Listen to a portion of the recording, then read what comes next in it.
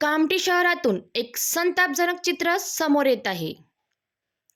गेल्या तब्बल 10 वर्षापासून कामठी नगर परिषद कार्यालयाच्या अवघ्या 50 मीटर अंतरावर पिण्याच्या पाण्याची पाईपलाईन फुटलेली आहे आणि हजारो लिटर शुद्ध पाणी दररोज रस्त्यावर वाहत आहे। ज्या ठिकाणी प्रशासन बसते, जिथे अधिकारी दररोज ये-जा करतात, त्याच कार्यालयाच्या शेजारी पाण्याची उघडपणे नासाडी सुरू आहे। आता प्रश्न असा निर्माण होतो की जेव्हा नगर परिषद कार्यालयात जवळच ही अवस्था आहे, तर संपूर्ण शहरात काय परिस्थिती असेल। एकीकडे नागरिकांना पिण्याच्या पाण्यासाठी तासनतास वाट पाहावी लागते, तर काही भागात टँकरवर अवलंबून राहावे लागते आणि दुसरीकडे हजारो लिटर पाणी नाल्यात जात आहे। जल विभागाला लाखो रुपयांची निधी मिळाल्यानंतरही ही परिस्थिती का बदलत नाही? हा निष्काळजीपणा आहे की जाणीवपूर्वक दुर्लक्ष?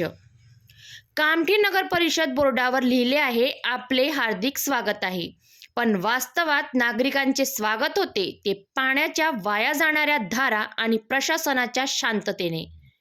आता शहरातील जनतेची नजर नवनिर्वाचित नगराध्यक्षाकडे लागलेली आहे।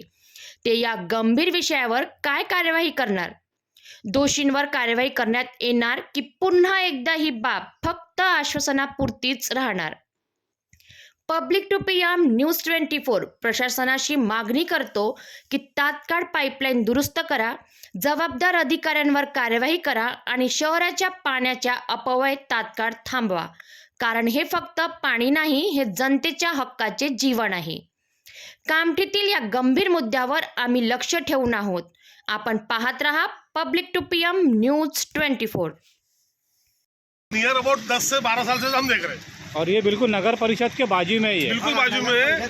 50 लोग आते हैं, देखते हैं, फोटो बनाते हैं, वीडियो बनाते हैं, देखते हैं और फिर चले जाते हैं, कोई एक्शन नहीं लेते। लाखों लीटर पानी बहता है रोज का, आज का नहीं, एक दिन का। 12 साल से देख रहे हैं।